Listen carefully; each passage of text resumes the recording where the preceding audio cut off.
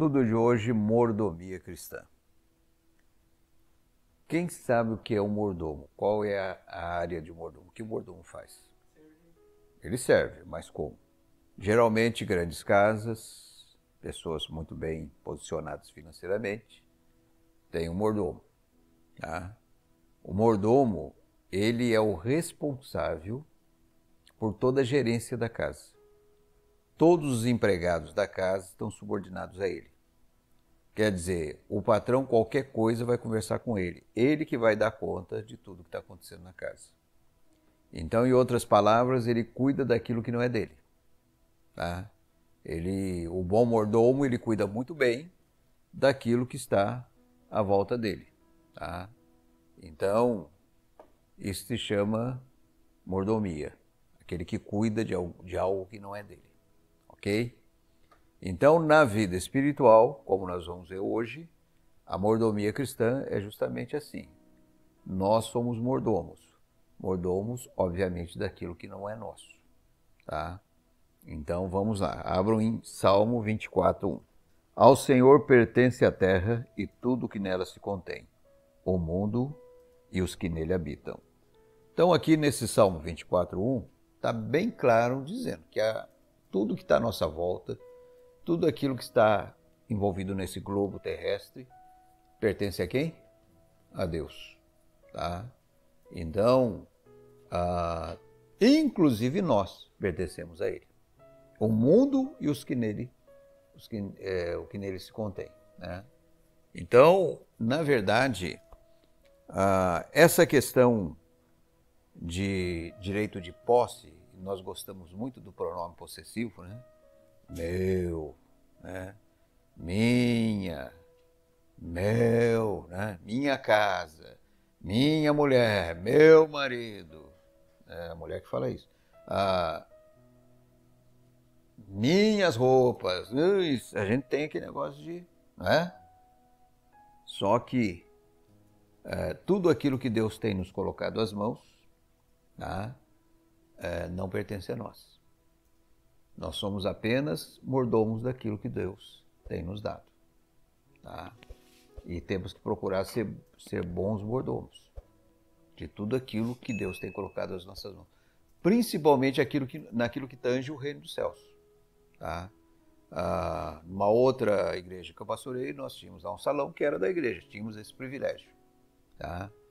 E eu procurava cuidar daquele salão da melhor maneira possível. Caiu alguma coisa, eu lá arrumava. Por quê? Eu era responsável diante de Deus pela mordomia daquele salão. Tá? Por bom andamento de tudo que estava ali. E tudo o que concerne as coisas de Deus, aquilo que está à nossa volta, nós temos que cuidar com muito carinho. Porque fazendo assim, nós estamos cuidando das coisas que pertencem ao nosso Deus, aquele que nós cremos, aquele que é o nosso Senhor. Então, essa visão ela tem que estar impregnando os nossos corações. Jó já tinha essa visão. Tá? Ele falou, entrei neste mundo e nu sairei. Tá? Então, ele sabia que nada pertencia a ele, e nada realmente pertence a nós. Porque se nós formos olhar, nós estamos de passagem aqui. Tá? Nós não temos permanência aqui. Essa é a grande verdade. Hoje nós estamos aqui, amanhã podemos não estar. Partir para a eternidade, por isso que é importante partir bem. Partir de bem com Deus, principalmente, e chegando lá dizendo, olha, fui um bom mordomo daquilo que o Senhor me colocou às mãos. Tudo que o Senhor me colocou às mãos, a minha esposa, eu cuidei bem dela. As minhas filhas, cuidei bem dela. Meu marido, cuidei bem dele. Meus filhos, cuidei bem deles. Essa casa que está aqui, ela não me pertence, ela pertence a Deus. Eu tenho procurado ser um bom mordomo desta casa. E Deus tem me ajudado nisso. Então, eu procuro manter ela pintadinha, quebrou alguma coisa, eu vou lá, arrumo. Não deixo nada pendente. Tá? E fazer isso porque eu olho para isso aqui, tudo o que fizer, seja em palavra, no caso, fazer em nome do Senhor Jesus Cristo, dando para Ele graça. inclusive no aspecto da mordomia. Filho de Deus não pode ter uma casa caindo aos pedaços, você está entendendo? Não é, mas eu sou pobre. Não, você pode ser pobre. Uma coisa é ser pobre, outra coisa é ser desleixado. Tá? Tem casas que são simples, eu já vi isso, são muito simplesinhas até, não tem os recursos, por exemplo, que eu tenho aqui, mas você vê que você entra lá, aquela casinha é muito bem cuidada. Tá? Então, a questão está no coração da pessoa, no coração do homem. No homem no sentido genérico da palavra. Então, o carro, por exemplo, que eu tenho aí, não é meu. E tudo que eu tenho, eu procuro dedicar ao reino dos céus. É assim que tem que ser. Eu tenho que ter um coração totalmente despojado daquilo que está à minha volta, daquilo que é meu. Por isso que ciúme é possessividade. O ciúme leva, nós não podemos dar vazão a essa obra que é uma característica da obra da carne. Quer dizer, é maligna, é contrária à vontade de Deus. Então, alguém já falou quando a igreja se reunia aqui, mas não sei o quê. Eu falei, não, essa casa não é minha, essa casa é para Deus. Ela me serve, como moradia, e até onde for a questão, ela vai servir para o reino de Deus. É assim que todo filho de Deus tem que servir a Deus como bons mordomos. Você tem a sua casa, você não fica lá, qualquer coisa é necessário para o reino dos céus, abre a sua casa. Você não está abrindo a sua casa em primeiro lugar para a igreja, você está abrindo a sua casa para o reino de Deus. E a palavra de Deus é muito clara, Deus falando, aqueles que me honram, eu honrarei. Então, entendam que nada pertence a mim. Mas o carro eu tenho cuidado com ele, já deu para notar, né? Não é de socar a porta, eu já procuro cuidar.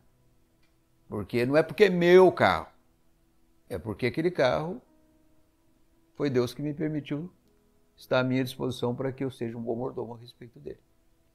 Então eu procuro manter esse carro, ter manutenção, a mesma coisa que eu faço com a casa, eu faço com o carro. Tá? Eu procuro honrar aquilo que Deus tem me colocado às mãos. Tá? É assim que tem que ser. É essa visão que nós temos que ter em nossos corações. Porque é uma maneira também de você viver mais no descanso de Deus. Tá?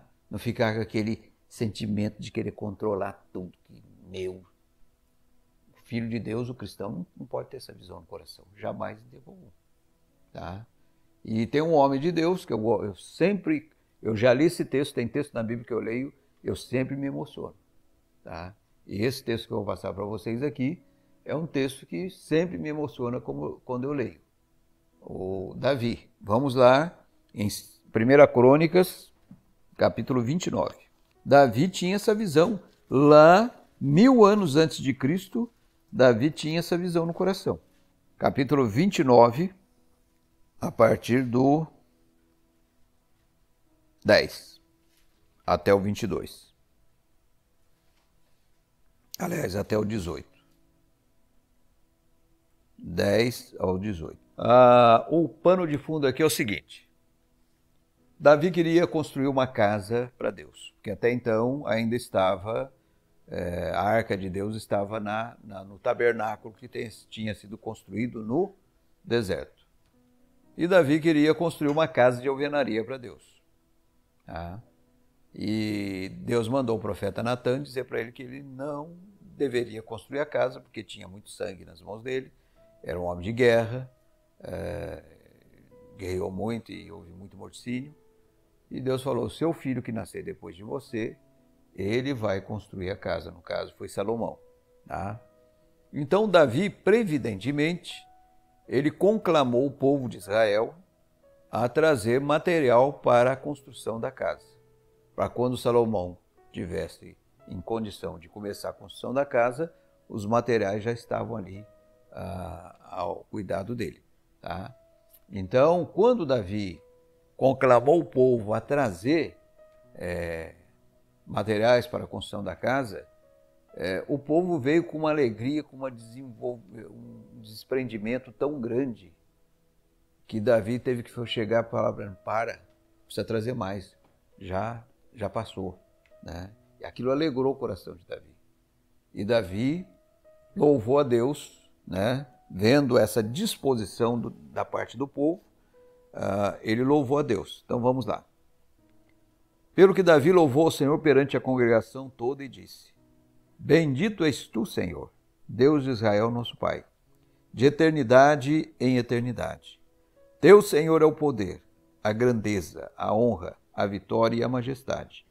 Porque teu é tudo quanto há nos céus e na terra. Olha, Davi, ele já tinha essa visão, tá?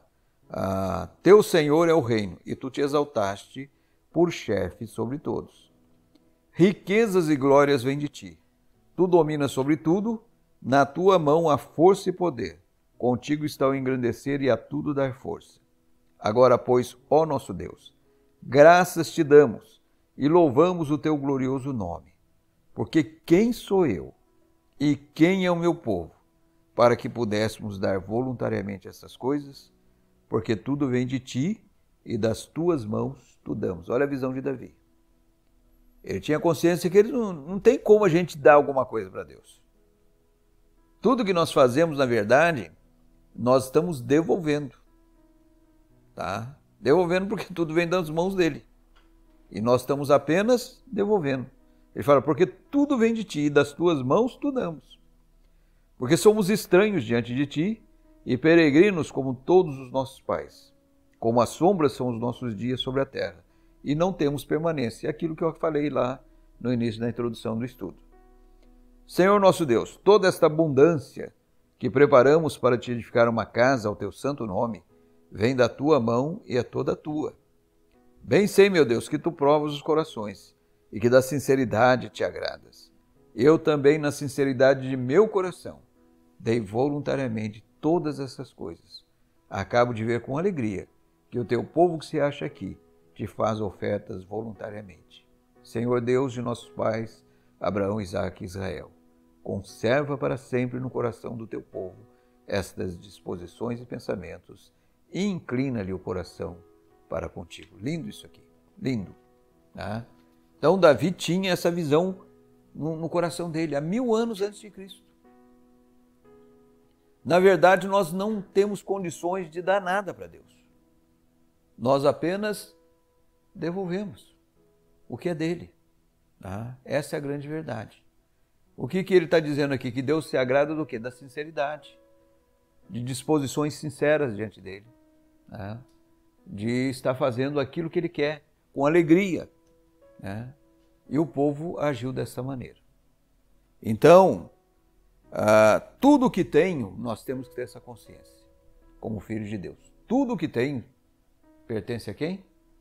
A Deus. Isto é uma clara definição nas Escrituras Sagradas. Não tem como fugir desta realidade. Tá? Então, olhando para essa questão que nós acabamos de tomar consciência, eu vou fazer um teste com vocês. Tá? Eu vou perguntar o que é secular e o que é espiritual. Tá? Então vamos lá, Nicolas. Secular é aquilo que não está no âmbito de espiritualidade. À medida que for perguntando, eles vão entender. Geladeira da sua casa, é espiritual ou é secular?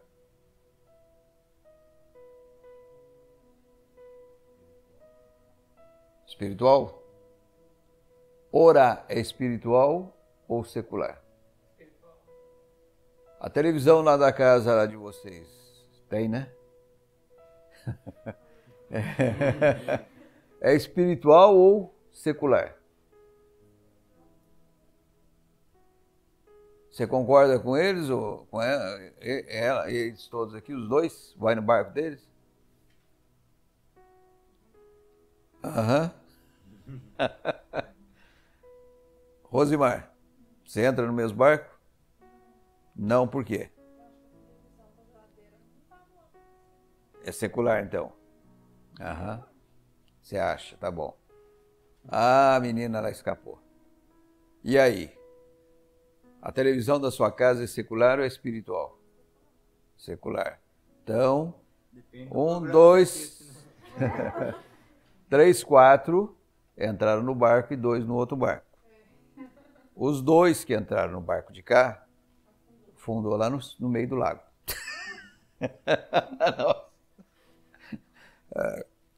Porque, na verdade, se nós olharmos do ponto de vista do que nós acabamos de ver aqui nas Escrituras Sagradas, tudo para nós tem que ser espiritual. Dependendo da maneira como você olha para as coisas. O que você tem dentro da sua casa, tudo aquilo que está à sua volta. Se você olhar do ponto de vista que tudo que você tem pertence a Deus, você vai procurar espiritualmente cuidar da melhor maneira daquilo que você tem, porque pertence a Deus. É o que o Daniel falou, a televisão ela pode ser um meio ruim ou pode ser um meio abençoado, dependendo da maneira como você usa, da maneira como você vai ser um bom mordomo daquilo que Deus tem colocado nas suas mãos. Tá? Então, tudo na nossa vida é espiritual. Agora, Deus nos responsabiliza pela mordomia. Tá? Vamos abrir lá em Mateus 25. A partir do verso 14. 25, 14 a 30. Vamos lá. Pois será como o homem que, ausentando-se do país, chamou os seus servos e lhes confiou seus bens. A um deu 5 talentos, a outro 2 e a outro 1, a cada um segundo a sua própria capacidade, e então partiu. O que recebera 5 talentos saiu imediatamente a negociar com eles e ganhou outros 5. Do mesmo modo, o que recebera 2 ganhou outros 2. Mas o que recebera 1, saindo, abriu uma cova e escondeu o dinheiro do seu senhor. Depois de muito tempo, voltou o senhor daqueles servos e ajustou contas com eles. Então, aproximando-se o que recebera 5 talentos, entregou outros 5, dizendo: Senhor, confiaste-me 5 talentos, eis aqui outros 5 talentos que ganhei. Disse-lhe o Senhor: Muito bem, servo bom e fiel. Foste fiel no pouco, sobre o muito te colocarei, entra no gozo do teu Senhor. E aproximando-se também do que recebera 2 talentos, disse: Senhor, 2 talentos me confiaste, aqui tem outros 2 que ganhei. Disse-lhe o Senhor: Muito bem, servo bom e fiel. Foste fiel no pouco, sobre o muito te colocarei, entra no gozo do teu Senhor. Chegando por fim ao que recebera 1 talento, disse: Senhor, sabendo do que és homem severo, que ceifas onde não semeaste e ajuntas onde não espalhaste, receoso escondi na terra o teu talento, aqui tens o que é teu. Respondeu-lhe, porém, o Senhor: Servo mau e negligente, sabias que ceifo onde não semeei e ajunto onde não espalhei? Cumpria, portanto, que entregasses o meu dinheiro aos banqueiros, e eu, ao voltar, receberia com juros o que é meu. Tirai-lhe, pois, o talento e dai ao que tem 10. Porque a todo o que tem se lhe dará e terá em abundância. Mas ao que não tem, até o que se lhe tem, até o que tem lhe será tirado. E o servo inútil lançai-o para fora nas trevas, ali haverá choro e ranger de dentes. Então, preste bem atenção.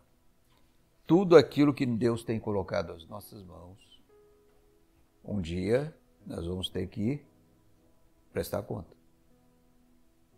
Por isso a importância de nós sermos bons mordomos daquilo que Deus tem nos colocado às mãos. Por exemplo, as minhas filhas que Deus me deu. Qual era a minha visão em relação a elas? Devolvê-las para quem tinha me dado. E eu trabalhei com afinco, dentro dessa perspectiva, pela graça e misericórdia de Deus, consegui devolvê-las para quem tinha me dado. Tá? Então, um dia Deus vai ver. O que você fez com os filhos que eu te dei? Está aí nas tuas mãos, Senhor, servindo ao Senhor. Tá? Então, aqui você lembra que o que não fez o que devia, ele pagou um preço muito alto. Tá? Então, a importância de nós termos a visão de quem nós estamos servindo, a quem nós estamos servindo e a maneira como nós devemos servir, né? Dentro da perspectiva da mordomia. Nós devemos ter essa visão clara em nossos corações, porque tendo essa visão, isso vai ampliar a nossa maneira de ver as coisas do ponto de vista dos céus. Tá? Outra questão. Vem a paz quando deixamos tudo nas mãos de Deus. Tá? Abro em Filipenses 4, 6, 7. Não andeis ansiosos de coisa alguma. Em tudo, porém, sejam conhecidas diante de Deus as vossas petições e pela oração e pela súplica com ações de graça. E a paz de Deus, que excede todo entendimento, guardará o vosso coração e a vossa mente em Cristo Jesus. Tá? Quando você coloca tudo o que você tem nas mãos de Deus, você vai ser uma pessoa que vai andar realmente na paz do Senhor. Isso é aquilo que eu já falei lá na frente de todo mundo. Nós precisamos entrar realmente no descanso de Deus. Nós que temos crido. Não é cada curva do caminho, cada situação que se nos apresenta, que não seja boa, e você ficar aí descabelando. Você é segundo Incrédulo, capítulo 2, verso 1. Tá? Então, nós precisamos aprender a viver segundo os céus nos propõem para que nós vivamos. Para que você possa morrer de uma maneira mais longa, viver de uma maneira mais longa. Tá? Não é morrer de uma maneira mais longa, viver de uma maneira mais longeva aqui nesse mundo. Quase que saiu um negócio estranho aqui. Então, na verdade, quando você anda no descanso de Deus, você não vai ser uma pessoa que vai estar enchendo o seu físico de adrenalina a cada curva do caminho. Tá? A adrenalina é para ser usada realmente quando se precisa, diante de um grande perigo. Tá? Então vamos também ver que 1 Pedro fala a mesma coisa. 5, 6 e 7. Humilhai-vos, portanto, sobre a poderosa mão de Deus, para que ele em tempo oportuno vos exalte, lançando sobre ele toda a vossa ansiedade, porque ele tem cuidado de vós. Creia nessa palavra, porque ele tem cuidado de vós. Ele prometeu cuidar. Ele prometeu estar no controle das nossas vidas. Então, quando você tem essa visão clara e específica da vontade de Deus sobre sua vida, você vai andar em paz, em perfeita paz. Você vai estar realmente entrando no descanso de Deus. Né? Quando nós reconhecemos que os direitos de posse não nos pertencem, isso traz uma tranquilidade muito grande. Tá? A nossa única preocupação saudável é cuidar muito bem daquilo que Deus nos colocou às mãos, e com muito carinho, com muita devoção, com muita sinceridade, como Davi fez. Davi tinha visão correta, por isso que ele foi chamado um homem segundo o coração de Deus. Tá? A confiança que o bom pastor não permitirá falta alguma. Salmo 23, 1. O Senhor é o meu pastor, nada me... O pessoal recita isso aqui só da boca para fora, a esmagadora maioria. O Senhor é meu pastor e nada me faltará. Dá qualquer probleminha. Ai, meu Deus do céu. Não é assim? Aí o pastor fugiu. Ou então é aquele caso, né? Não resolve nada. Você tem que crer, não é para deixar a Bíblia aberta. É para ler, abrir para ler e para crer. Crer nela. Crer em tudo que está aqui. Que é a extrema verdade para as nossas vidas. Tá? E eu posso dizer para vocês que isso aqui é verdade. Eu já dei o exemplo meu e da Rosali lá no seminário. E alguém já falou com muita propriedade, se existe alguém duro, é aluno. Tá? E nós casamos só com a vontade de casar. Tá? Mas Deus supriu cada uma das nossas necessidades. Jamais deixou nos faltar nada. Desde aquela época até agora. Tá? Então, ele realmente tem sido nosso pastor, ele realmente tem pastoreado a nossa vida. É aquele exemplo que eu dei lá, num sermão que eu preguei, que num grande auditório, tinha um artista muito famoso que iria declamar o Salmo 23. Tá? E ele subiu lá no palco, e com uma maestria tremenda, ele declamou de uma maneira impactante o Salmo de número 23.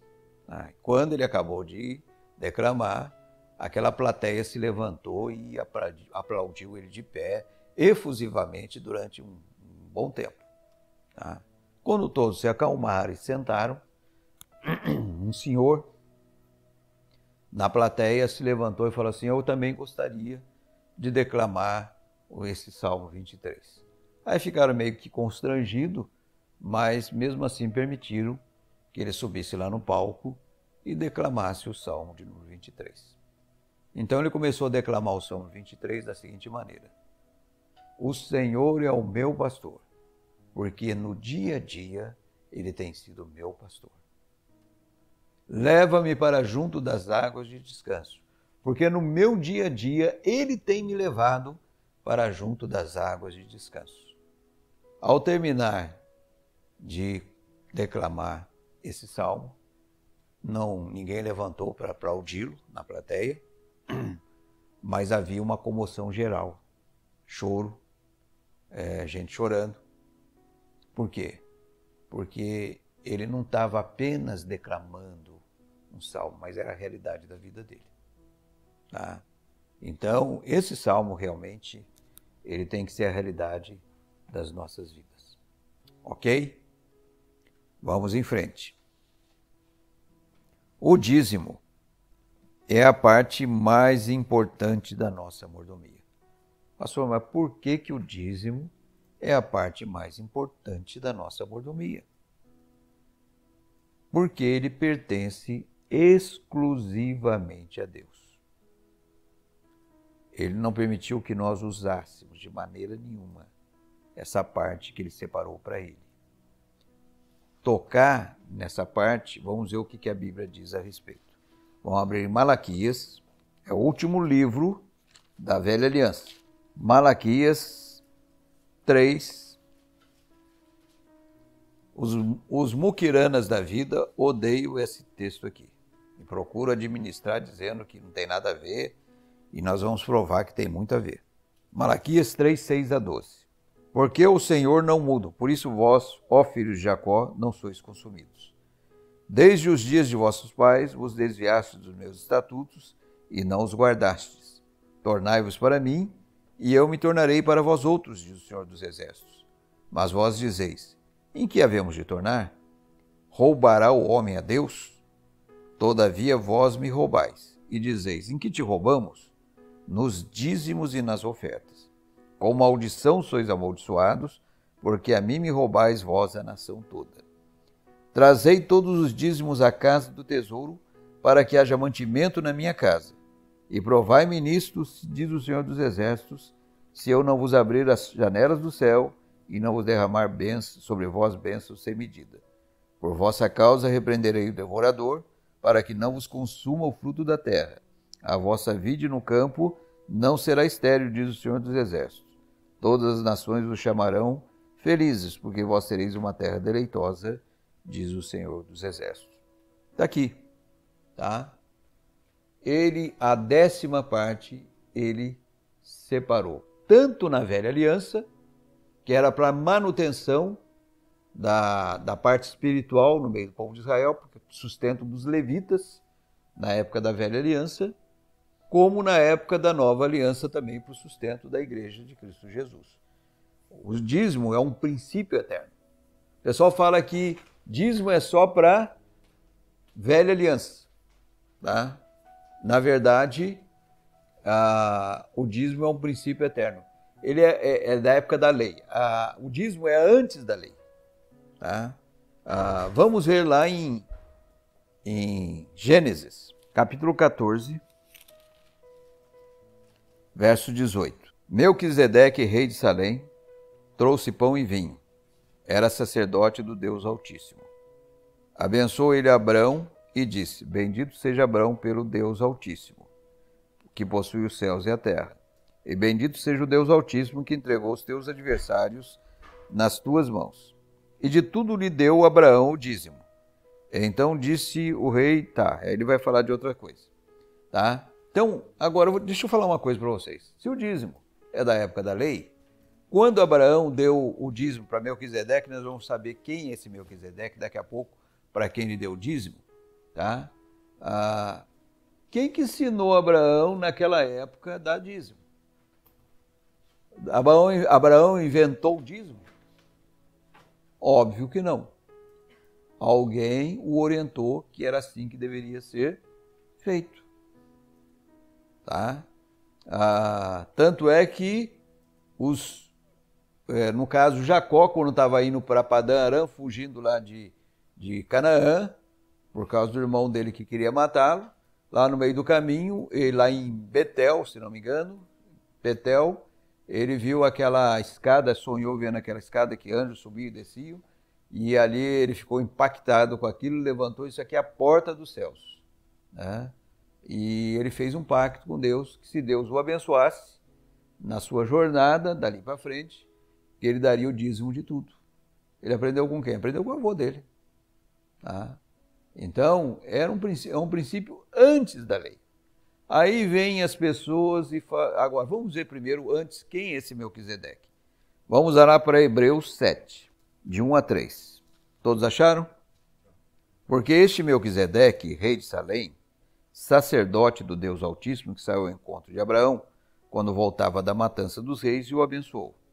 Para o qual também Abraão separou o dízimo de tudo. Primeiramente se interpreta, quer dizer, quem é ele? Tá? Quem era esse Melquisedeque? Rei de Salém, rei de justiça, depois também é rei de Salém, ou seja, rei de paz.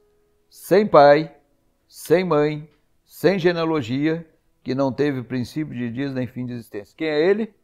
Deus. Ele estava dando dízimo para o próprio Deus. Entretanto, feito semelhante ao Filho de Deus, permanece sacerdote perpetuamente.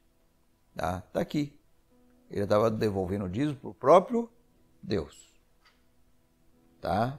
Então, a 10ª parte ele santificou. O que é uma coisa santa? O que significa santo? Quem sabe? Separado. Intocável. Você não pode tocar. Tem pessoas que tocam. E se é filho de Deus, vai ser tocado por ele. Se não é filho de Deus, vai ficar do mesmo tamanho. Não vai resolver nada, porque Deus, ele repreende quem é filho. Quem não é filho, ele não repreende. Tá? Então, aquela parte nós não podemos tocar. Tocou naquilo, você não entendeu muita coisa. Então deu para entender, foi dado para Melquisedeque. Aí vem, né? O dízimo da época da lei. Aí eles falam assim, não tem nada a ver com, não se fala sobre dízimo na nova aliança. Fala. Vamos abrir lá em Lucas 11:42.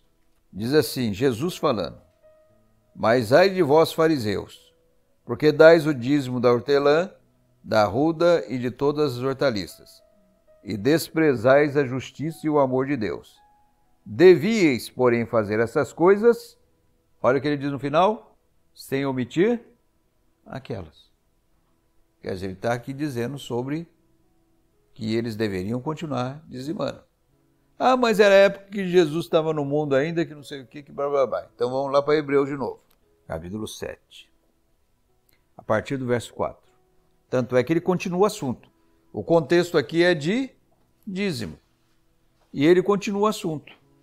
Tá? No versículo a partir do 4. Nós paramos ali, que ele deu o dízimo para Abraão. Quem era Melquisedeque? Ele fala que é Melquisedeque.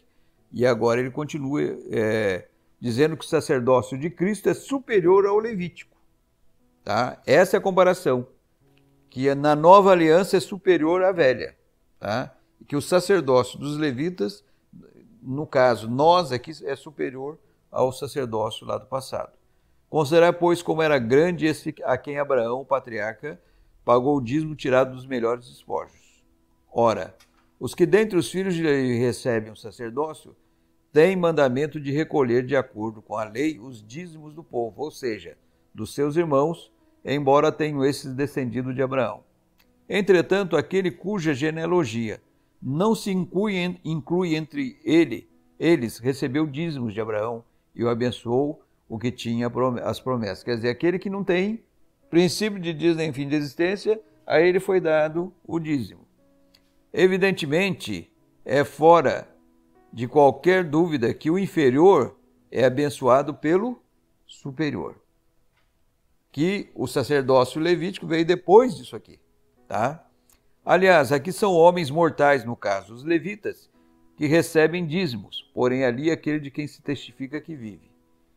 É por isso, por assim dizer também, Levi, que recebe dízimos, pagou-os na pessoa de Abraão, porque aquele que ainda não tinha sido gerado por seu pai, quando Melquisedeque saiu ao encontro deste. Tá? Então, se portanto a perfeição houvera sido mediante o sacerdócio levítico, pois nele baseado o povo recebeu a lei, que necessidade haveria ainda de que se levantasse outro sacerdote, segundo a ordem de Melquisedeque, se referindo a Cristo, e que não fosse contado segundo a ordem de Arão? Pois quando se muda o sacerdócio, necessariamente há também mudança da lei, porque aquele de quem são ditas essas coisas pertence a outra tribo, da qual ninguém prestou serviço ao altar.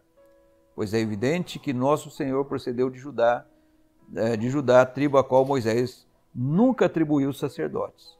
E isto é ainda muito mais evidente quando à semelhança de Melquisedeque, se levanta outro sacerdote, constituído não conforme a lei de mandamento carnal, mas segundo o poder de vida indissolúvel. Porquanto se testifica, tu és sacerdote para sempre, segundo a ordem de Melquisedeque. Portanto, por um lado, se revoga a anterior ordenança por causa de sua fraqueza e inutilidade, pois a lei nunca aperfeiçoou coisa alguma. E por outro lado, se introduz esperança superior pela qual nós nos achegamos a Deus. E na orientação que ele dá aqui em Hebreus, ele fala que os verdadeiros israelitas, a verdadeira descendência de Abraão, são os filhos da fé, aqueles que vivem pela fé em relação à nova aliança. Nem todo judeu, ele fala, é descendência de Abraão, mas aqueles judeus que creram e os gentios que creram. Então nós que temos crido, nós pela fé somos descendência direta de Abraão, que deu o dízimo antes da lei. É o que ele está dizendo aqui. Então, está aqui a prova bem clara de que a coisa não mudou, como eles dizem que foi mudado. Tá? Então, o dízimo é para hoje ainda, para a manutenção da obra de Deus. E Deus é tão bondoso que essa parte que é separada para a obra de Deus, ele nos devolve essa parte. Tá? Porque esse dinheiro é para a manutenção da obra de Deus para atingir vidas, para a conversão de almas. Quer dizer, ele é tremendamente devolvido, não é que nem o governo nosso, que ele pega o imposto nosso e não devolve e mete a mão. Tá? Infelizmente tem pastores que estão metendo a mão por aí também, tem esse outro lado. Tá? Mas numa igreja séria, todo o dinheiro que aqueles que temem a Deus na liderança, eles jamais vão usar esse dinheiro de uma maneira indevida. Esse dinheiro é devolvido, investido exclusivamente na obra de Deus, porque é um dinheiro santo, um dinheiro para a manutenção da obra de Deus, sagrado. Então não se pode tocar nesse dinheiro. Tá? Aí vem outra colocação. Mas se tudo pertence a Deus, tudo é dele, por que ele pede a devolução da 10ª parte? Ele precisa do nosso dinheiro? Não precisa. Se é alguém que não precisa, é ele. Então, por que ele pede a devolução da 10ª parte? Tá? Na verdade, Deus quer receber coisa muito mais importante, ou seja, excelente, do que o nosso dízimo. Ele quer, na verdade, a nossa fidelidade e obediência. Deus sempre testou o homem, desde o início de todas as coisas. Lá no Éden, ele colocou aquela árvore lá, né, testando os nossos primeiros pais. Infelizmente, eles caíram. Tá? Depois nós vemos também Deus testando o patriarca Abraão, pedindo um filho que ele esperou 100 anos quase por esse filho, e depois Deus vem para me devolve esse filho, tá?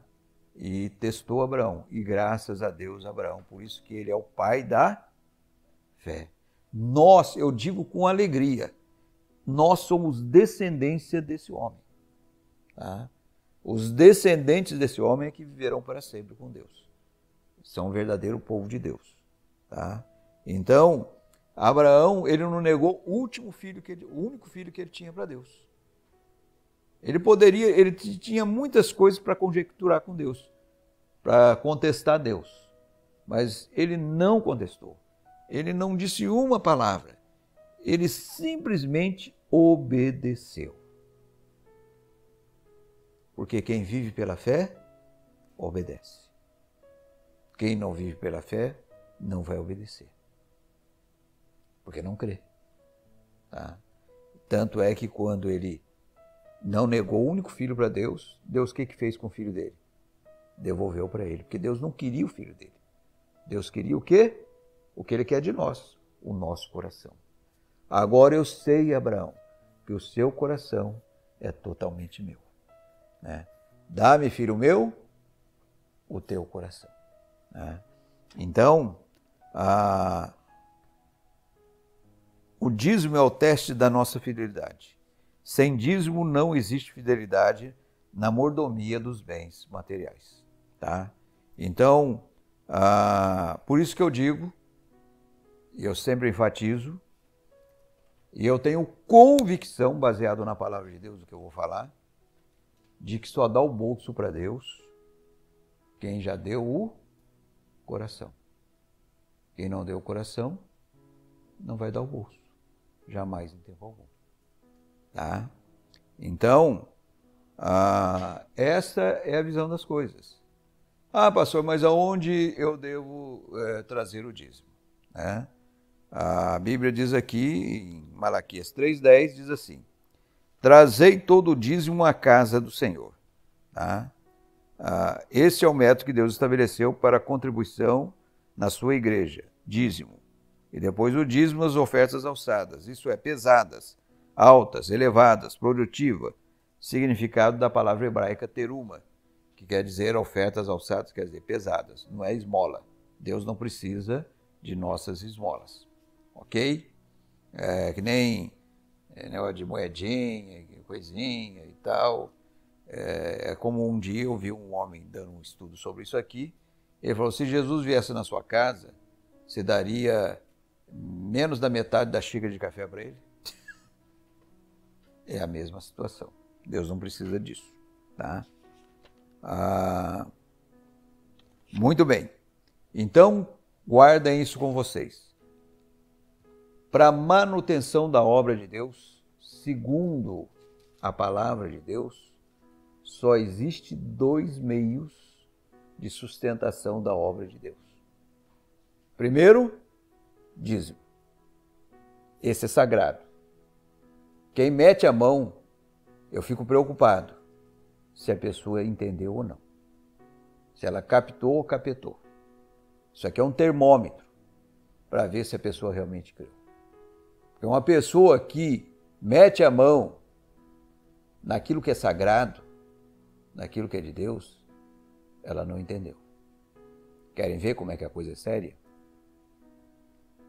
Lá em Coríntios, diz lá: os roubadores não entrarão no reino dos céus. Ali está dizendo de roubar o próximo. Quer dizer, roubar o próximo você já não entra. Agora imagine se roubar Deus. Por isso que eu digo, só dá o bolso para Deus quem deu o coração. Aquele dinheiro todo final do mês, quando eu pego o meu salário, ele tem que ser a primícia, ele tem que ser o primeiro. Tem que separar. Eu não tenho que ficar somando aqui, e se sobrar eu vou dar o dízimo, como muita gente faz isso. E nunca se você fizer isso, nunca vai sobrar. Você tem que fechar os olhos e tirar, separar, colocar aquilo do lado e cuidar daquela parte que Deus permitiu, que são as 9 partes para você cuidar. Deu para entender? Se você ganha 1.200, você está devendo 1.400. Ah, pai, esse mês não vai dar, não. É assim que começa a coisa. Assim que começa a ir para o buraco. Essa é a grande verdade. Porque às vezes você não devolve aquilo, você não vai pagar nem os 1.400 e o negócio vai ficar feio. Tá? Então, aquele dinheiro não é meu. Seria a mesma coisa que eu pegar um dinheiro, colocar lá para a Rosana guardar para mim. Tá? O dinheiro é de quem? É meu. Eu deixei para a Rosana guardar para mim. Aí a Rosana se aperta lá e ela olha para aquele dinheiro lá que eu emprestei para ela. Emprestei? Não emprestei, pedi para ela guardar. Ela começa a olhar para aquele dinheiro, é certo ela meter a mão naquele dinheiro? É a mesma situação. Se não me engano, foi aqui em Ouro Fino que esse homem que foi muito usado por Deus para pregar sobre esse assunto, era Jacó Silva o nome dele, deve já estar na glória, e ele estava dando esse estudo aqui, acho que se não me engano aqui em Ouro Fino, uma igreja presbiteriana aqui. E ele tinha uma voz meio escrachada, eu me lembro dele, ele deu estudo, eu levei para dar um estudo lá na nossa igreja de origem, e ele falou assim: quem não dá um dízimo é ladrão. Aí levantou o cabrito lá, né, falou assim: o senhor está me chamando de ladrão? Aí ele falou muito calmamente, falou assim: eu não, você está enganado. Eu não estou te chamando de ladrão. Quem está te chamando de ladrão é Deus. Seu problema é com Deus, não é comigo. Ele sentou lá. Tá? Você está mirando a pessoa errada. Você está falando com a pessoa errada. Quem está te chamando de ladrão é Deus. Quer dizer, você continua ladrão. Então, a verdade é o seguinte.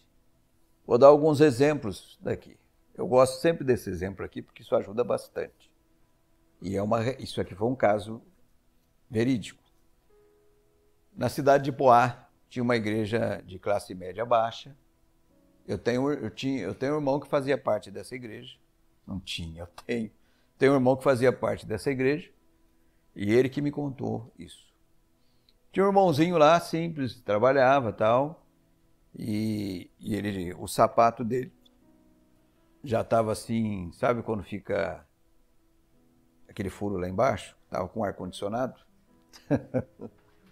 E ele era pobrezinho, só tinha aquele par de sapato e aquilo estava incomodando ele.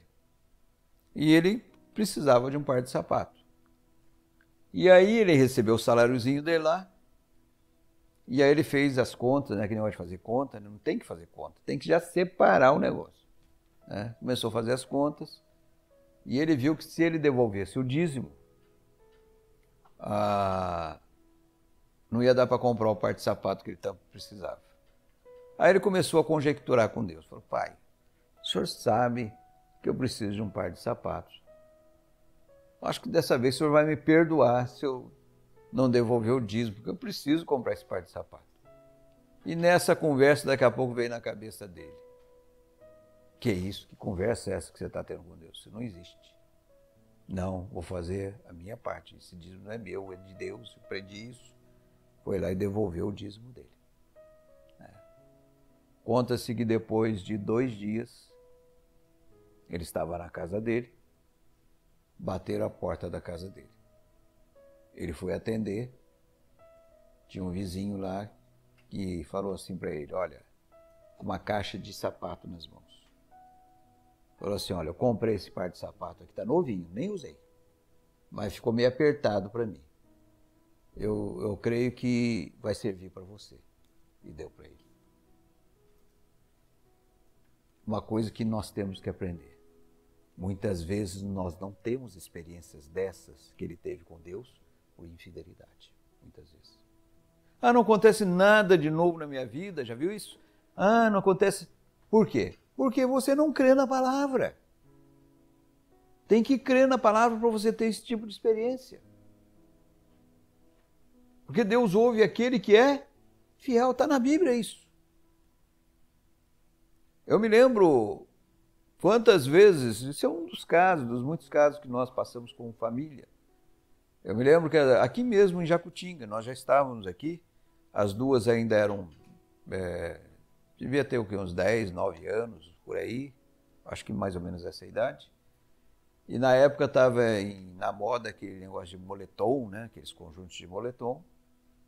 E elas estavam precisando de roupa e nós fomos lá em Itapira, numa fábrica que tinha lá de moletom. E nós verificamos tal e voltamos. E o nosso objetivo era comprar 2 mudas de moletom para cada uma, né? Mas nós não tínhamos condições naquela época.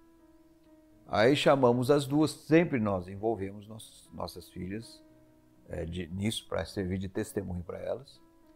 Eu a chamei, nós a chamamos, elas vieram e falaram assim, olha, vamos colocar diante do nosso pai essa necessidade nossa e vamos deixar lá.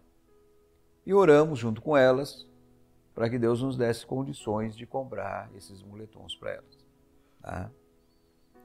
E não passou muito tempo, olhem só, nós oramos entre nós e Deus.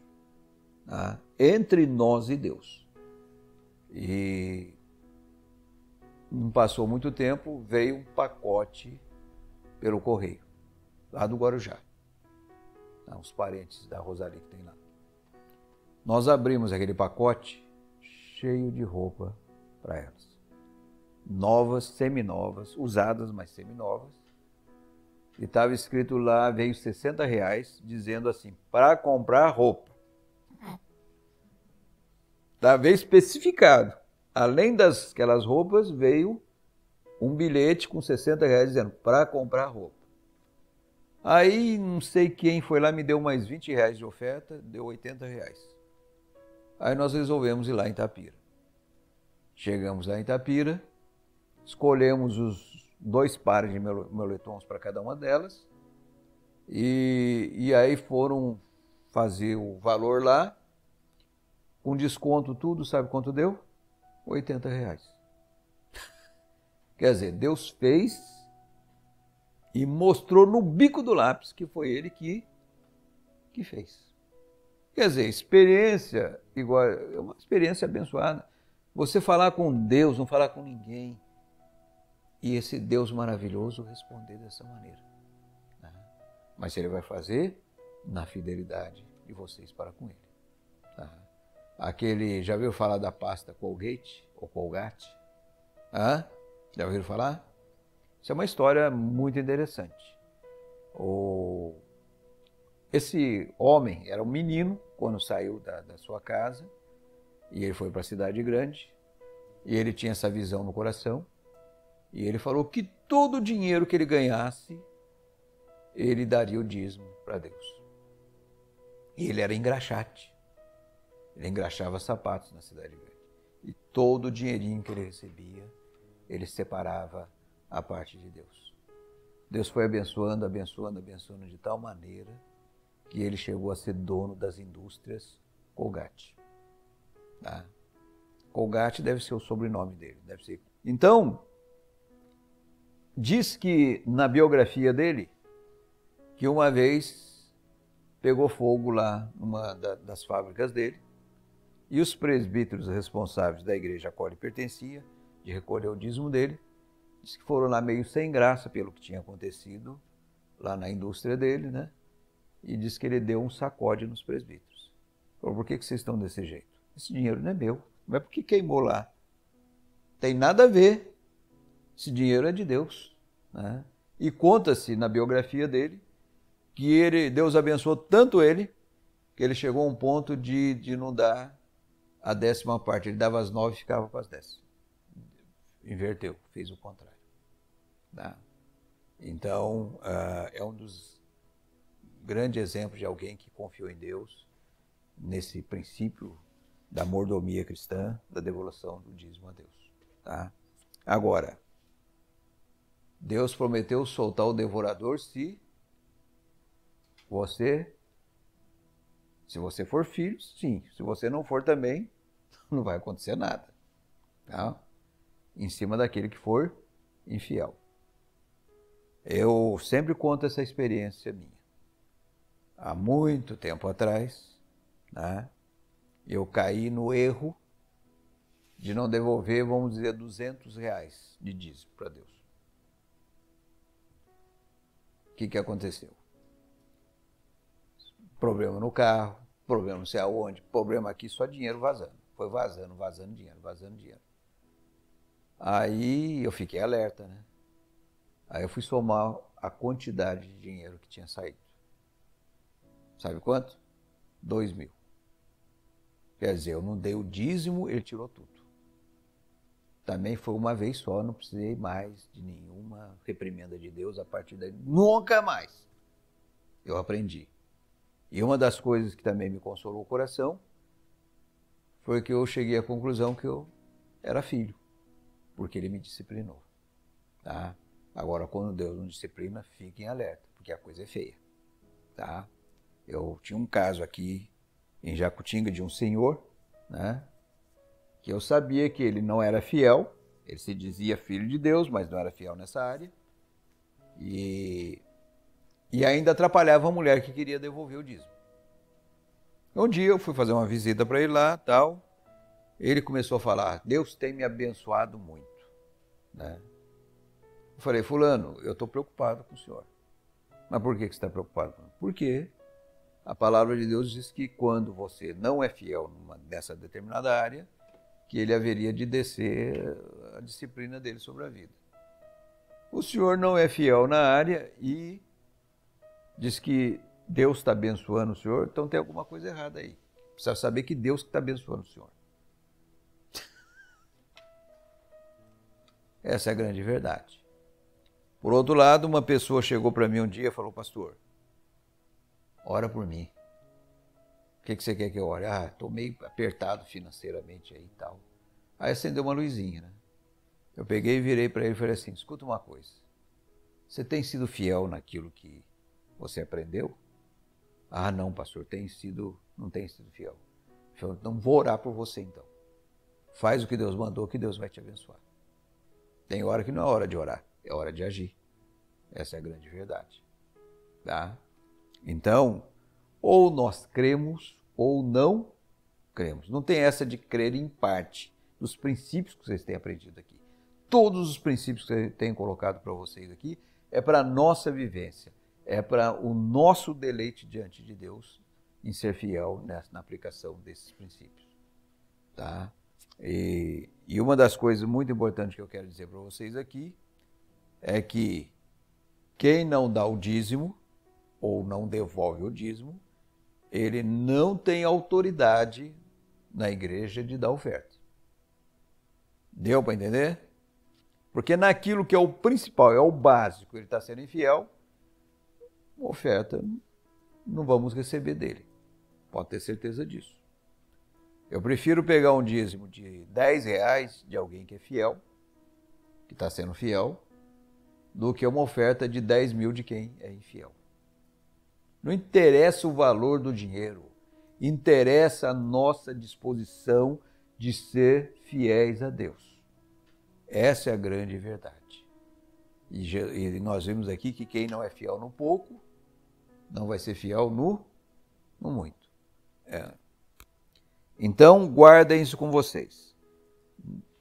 No reino dos céus, quando fala trazei todos os dízimos da casa do Senhor, na época da casa de Deus lá. Mas hoje foi transportado para a igreja de Cristo. Tá? Então, todos os demais métodos empregados pelas igrejas, e são muitos, são pecaminosos, inventados pelos homens, tipo bazar. Já viu isso? Bazar, galinhada, canjicada. Tem. Eu participei de muita canjicada, porque era mal orientado. Tá? Aí, quando você não faz o que Deus manda, só dá zebra. Você põe um prato de canjica para um prato de canjica para outro, o outro fica se falando, eu paguei a mesma coisa e você põe mais canjica para ele do que para mim. Já começa por aí. Tá? E outra coisa, o reino de Deus não é para pagar, porque a pessoa está pagando, ela não está doando. Aquilo que eu falei para vocês, no reino de Deus tem que ser tudo voluntário. Porque Deus foi voluntário para conosco. Não pode haver comércio no reino dos céus. Sabe? Uma igreja aí que eu fiquei lá um tempo ensinando isso aqui.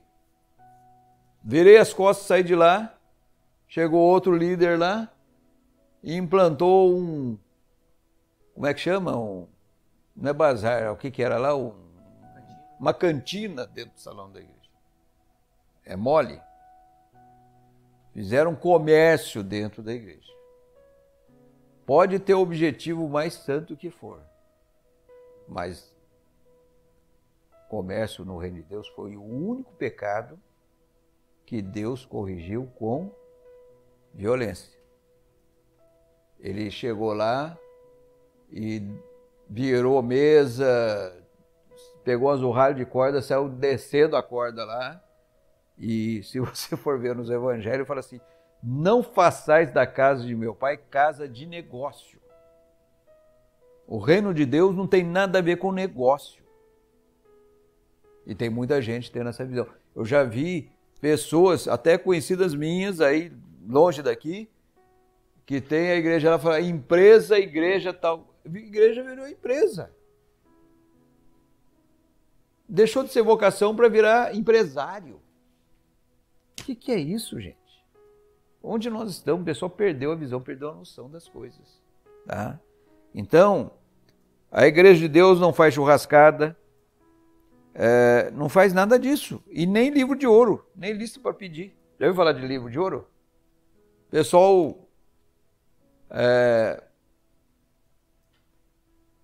está na construção do salão, pega um livro, sai no comércio. Aí o comerciante dá o dinheiro e põe o nome dele ali, que ele deu aquele valor. Eu fiquei sabendo que lá em Pernambuco, lá uma das igrejas, desse tipo de igreja aí, sabe onde que eles foram pedir e passar o livro de ouro? No Alambique lá. Só para vocês terem uma visão das coisas. Tá? É mole. Aí o que acontece? Você vai nesses lugares pedindo. Tá? Aí bate na sua porta, você vai atender, o fulano fala assim: eu quero uma prenda para Santo Antônio.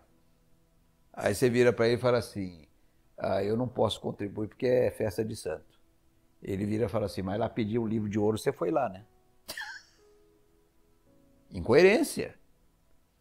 Por isso que filho de Deus não pede para o homem. Filho de Deus pede para Deus. Na construção do Salão da Bereana lá, tive boas experiências com Deus nessa perspectiva.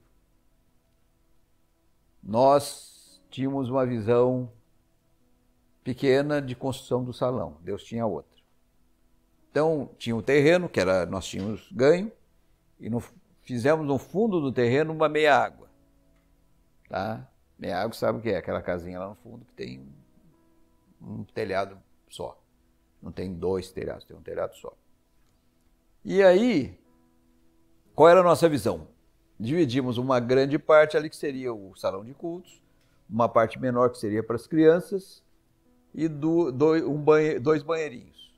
Né? E estava construindo, já estava levantando, quando na casa que nós morávamos, a dona lá pediu a casa. Aí eu reuni a liderança da igreja naquela época e falei: olha, nosso problema agora não é salão de igreja, é casa pastoral. Porque a mulher pediu a casa lá. Então nós sentamos e pegamos aquela meia água, fizemos uma nova planta, 2 quartos, uma sala e aquela parte que era para as crianças virou a cozinha e os 2 banheiros virou um banheiro só para casa. E até que ficou muito bem interessante a casinha lá. Quando nós terminamos a casa, acabamos de terminar a casa, acabou o dinheiro. Tá? E aí tinha lá o salão para construir. Eu pensei comigo, falei: se eu parar, vai parar de vez. Sem dinheiro, sem nada, eu contratei pedreiro e coloquei os pedreiros para trabalhar lá. E vou dizer uma coisa, aquela parte de baixo, quem conhece lá, o Daniel conhece, as paredes lá que tinha que aguentar o salão de cima dessa grossura, cada viga assim. O que foi de ferragem, de cimento, de tijolo ali, e tijolinho, não é tijolo baiano não, tijolo. Construímos, foi, e nunca parou aquela obra. Precisava, eu orava e punha a igreja orando. Jamais fiz uma campanha para a construção do salão. Foi debaixo de oração. Porque quando você ora, Deus toca no coração de quem pode. E quando Deus toca no coração de quem pode, a pessoa dá com alegria. É isso que honra a Deus. Agora você fica lá. Quem pode dar não sei o que, não sei o que. Aí fulano, na primeira vez até que dá com alegria. Na segunda vez já fica meio, parece que não sei. Na terceira já isso é uma desonra para Deus. Deus não abençoa isso. Jamais em tempo algum. Eu me lembro que tinha toda a base do salão, inclusive a gente ficou independente, dava para se reunir embaixo, naquela altura do campeonato, ainda a igreja, tinha as casas pastoral, tinha o salão de cima, que era para construir. E eu saí de férias, eu sempre saía em janeiro de férias, saí de janeiro e fui embora, fiquei um mês fora. Quando eu voltei, eu estava naquela rua ali debaixo do Mercadão ali que tem ali, o salão ficava lá em cima. Quando eu olhei para cima, gente, as 4 paredes de cima estavam levantadas. Um membro da igreja na época fazer surpresa para mim, ele do bolso dele, alegremente, sem ninguém falar nada, ele levantou as 4 paredes de cima. E as coisas foram caminhando e até que nós conseguimos concluir o salão e ficou muito bonito. Na época lá, hoje o negócio é feio. Então, ficou muito bonito o salão. E eu me lembro que eu desci as escadas lá para ele, porque ele salão de baixo, junto com a dona Cora e dona Nilde. E aí a dona Cora fez um comentário que me chamou muita atenção. Ela falou assim, naquele português meio macarrônico, né? Ela falava, ela disse assim, eu, o Carlos, sempre participamos de construção de salão de igreja. Mas eu me lembro que sempre quando tinha isso, a igreja caía espiritualmente. Aqui não, a igreja ficou bem espiritualmente. Eu virei e falei assim, dona Cora, porque nós usamos os meios que Deus nos deu. Né? Agora, quando você fica escorchando o povo cai espiritualmente realmente. Tá? Então, é gostoso quando você fala com Deus, e Deus, sem você falar com ninguém, vai lá e responde, toca nos corações das pessoas para vir ao seu encontro. Então, igreja não tem lista para pedir, e vocês notaram, na nossa igreja nós não falamos nos cultos sobre dinheiro. Falamos? Às vezes tem pessoas que chegam de fora e vem um culto, depois vem outro culto, e já aconteceu isso mais de uma vez. Aí fica encafifado, né? Aí não aguenta, vem e fala assim, pastor, como é que é o negócio de dinheiro aqui nessa igreja? Vocês não falam de dinheiro? Eu falei assim, os membros da igreja sabem das suas responsabilidades. Eles são ensinados. E eles devolvem o dízimo de acordo com aquilo que eles foram ensinados como fidelidade a Deus. Culto não é para se falar de dinheiro. Culto é para se cultuar a Deus. Para honrar a Deus. E é um privilégio dos membros da igreja, não dos de fora, é dos membros da igreja, de estar devolvendo o dízimo. E obviamente que Deus abençoa. Eu vejo aqui, proporcionalmente, como Deus abençoa as pessoas que têm sido fiéis. Tá? Deus, ele é fiel. Ele não tem jeito de não ser fiel. Não tem jeito, porque ele é fiel, é a essência dele, ser fiel. Tá? E ele jamais vai nos falhar. Ok? Então, a continuação desse estudo fica para o próximo estudo.